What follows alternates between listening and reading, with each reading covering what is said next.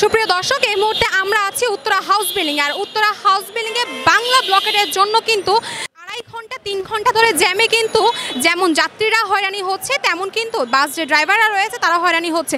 চারপাশে আমরা যা দেখতে পাচ্ছি, চারপাশের যাত্রীরা ঠিক জড়ো হয়ে বসে আছে। আসলে তারা জানতে পেরেছে যে 8টার আগ পর্যন্ত তারা কোনোভাবেই এখান থেকে বের হতে পারবে না, কারণ চারপাশে যেহেতু মিছিল হচ্ছে এবং আন্দোলন হচ্ছে, সে কারণে চারপাশে রাস্তা বন্ধ, যে কারণে হয়রানিতে ভুগছে আমাদের সাধারণ নাগরিকগণ এবং সাধারণ যে জনগণ আছে তাদের হয়রানির শিকার হচ্ছে। দূরপাল্লার বাসগুলো কিন্তু এখানে এসে ভিড় জমিয়েছে। আপনারা কতক্ষণ ধরে এখানে দাঁড়িয়ে আছেন?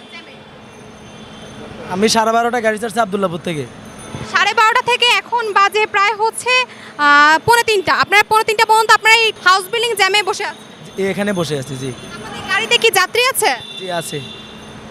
তারা কি অনেকে এখান থেকে নেমে গিয়েছে? নামার প্রস্তুতি নিতেছে, একজন নামছে আর বাকিগুলো নামার প্রস্তুতি নিতেছে, যে খবর পাইতেছে 8টার আগে নাকি ছাড়বে না। এখানে তো আন্দোলন হচ্ছে, তা আন্দোলন নিয়ে আপনারা কি বলতে চান, এই কোটা বিরোধী আন্দোলন নিয়ে?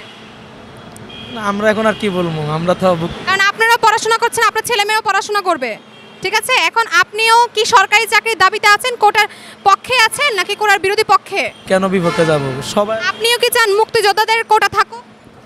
মুক্তিযোদ্ধা যারা শিক্ষিত, যাদের যোগ্যতা আছে তারাই চাকরি পাবে। এখানে কারোর জন্য নির্ধারিত অবধারিত করা তো এটা ঠিক না।